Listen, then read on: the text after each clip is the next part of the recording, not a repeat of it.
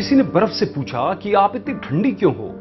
बर्फ ने बड़ा अच्छा जवाब दिया, मेरा अतीत भी पानी, मेरा भविष्य भी पानी, फिर गर्मी किस बात पे रखूं। क्या इंसान की भी यही स्थिति नहीं है? उसका अतीत भी खाली हाथ एवं भविष्य भी खाली हाथ, फिर घमंड किस बात का। दोस्तों, टेंपल, मस्जिद और चर्च तीनों में 6 ही अक्षर होते हैं। गीता में 5 अक्षर है और कुरान और बाइबल में भी। लाइफ में 4 अक्षर है और डेड में भी।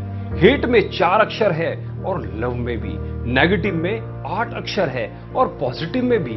फेलियर में 7 अक्षर है और सक्सेस में भी। बिलो में 5 अक्षर है और अबव में भी। क्राई में 3 अक्षर है और जॉय में भी। एंगर में 5 अक्षर है और हैप्पी में भी। राइट में 5 अक्षर है और रॉन्ग में भी। रिच में 4 अक्षर है और पुअर में भी। फेल में 4 अक्षर है और पास में भी।